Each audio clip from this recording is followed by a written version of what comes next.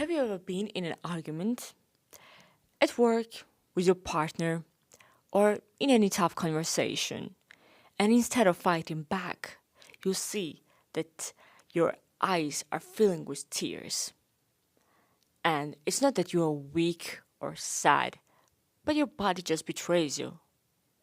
So, today we are gonna talk actually what's going on at the time in your brain, why it happens, and most importantly, what you can do about it. Let's imagine such scenario.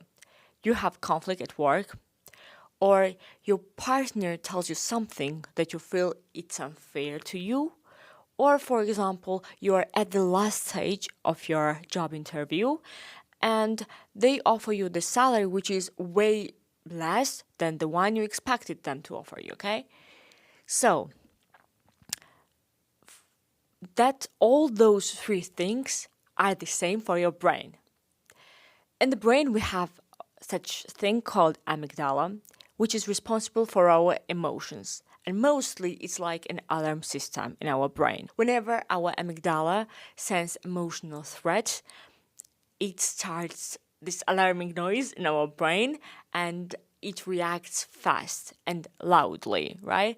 So it doesn't think whether this something is dangerous for us or not. No, it doesn't care about that. Whenever someone challenges you or makes you think that you are small, brain doesn't see this as a tough or difficult conversation. It sees it as a danger, and it might lose something important: respect, connection, privacy, or approval.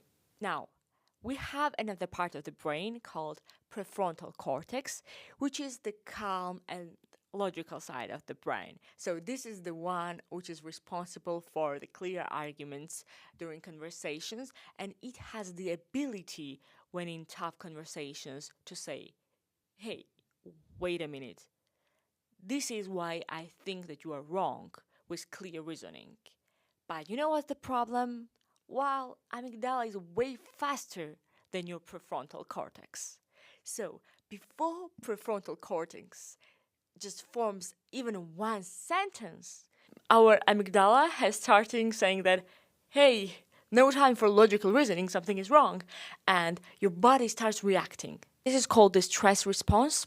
I'm sure you have heard fight or flight situation, but mostly the third option is left out, which is called freeze or frown. Frown is trying to calm down the situation, trying to be nice, and trying to make peace even when you don't want to, okay?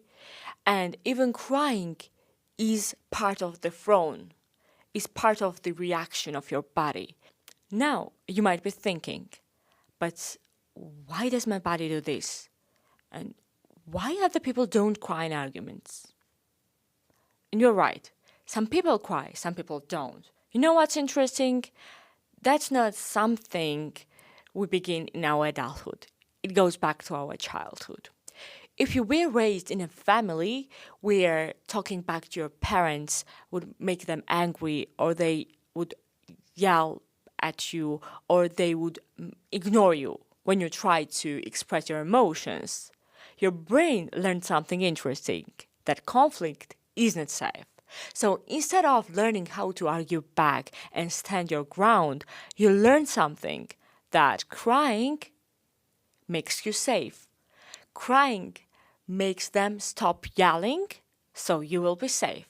And now, as an adult, even though you are in a completely different situation, whether it's at work or with your partner or with any conversation, your brain reaches those old patterns.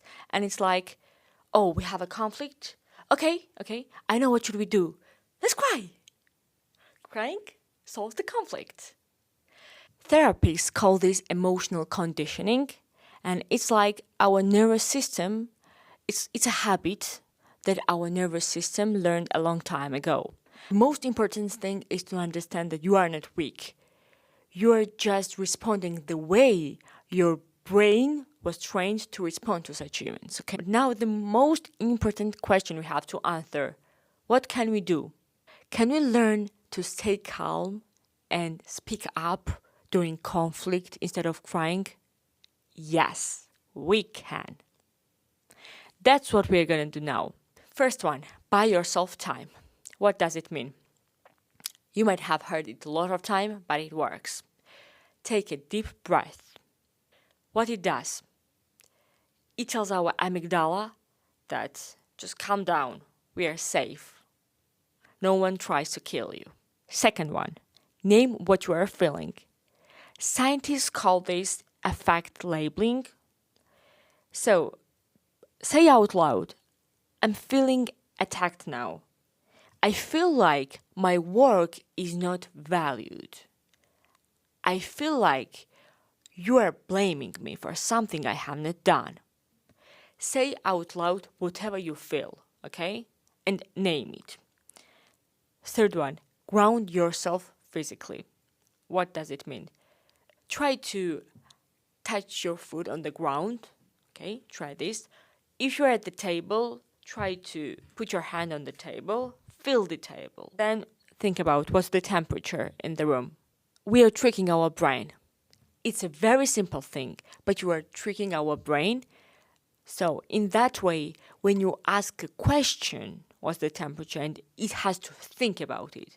So it means that we are asking our prefrontal cortex, hey, I need your logical reasoning. I need you to think and answer my question. And then when it comes in the picture, it will realize that there is no danger. No one comes to kill you. It's safe. It's just a tough conversation, and you will easily deal with the conflict, okay? And the last one, after they speak, pause. So they ended their part, and it's time you to start your arguments, right? Pause there. If you have water, drink a bit of water. If you don't have anything to do, just count 1, 2, 3, and then start answering. What it does, it gives time to your prefrontal cortex to catch up. All these tricks are helpful, but it takes time, okay? Change takes time. So it might be a case when you're in a conversation and still you start crying. Hear me out. Do not apologize or do not try to fight back. No. Say, I'm crying because this matters to me. This is important to me. And still, you can cry and tell your argument. You can cry and stand firm.